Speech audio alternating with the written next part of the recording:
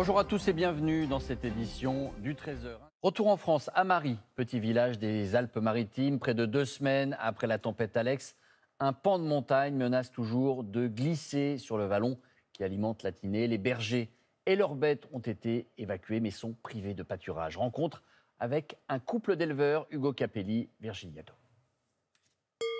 Ils ont dû rapatrier leurs 18 vaches après le passage de la tempête Alex.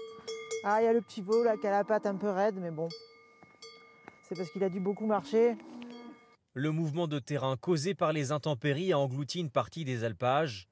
Le troupeau se retrouve au milieu de la route, une situation inhabituelle à laquelle les bêtes vont devoir s'habituer.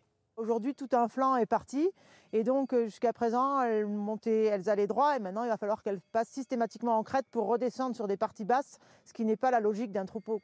Au sommet, il n'y a plus d'accès à l'eau. Un système provisoire a été installé pour abreuver les bêtes.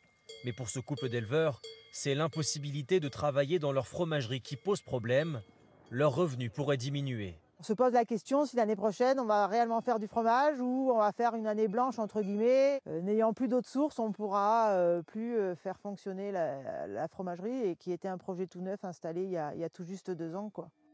La situation inquiète le maire de Mary. Sans infrastructure pérenne, avec une montagne instable, les éleveurs pourraient quitter la vallée de la Tinée.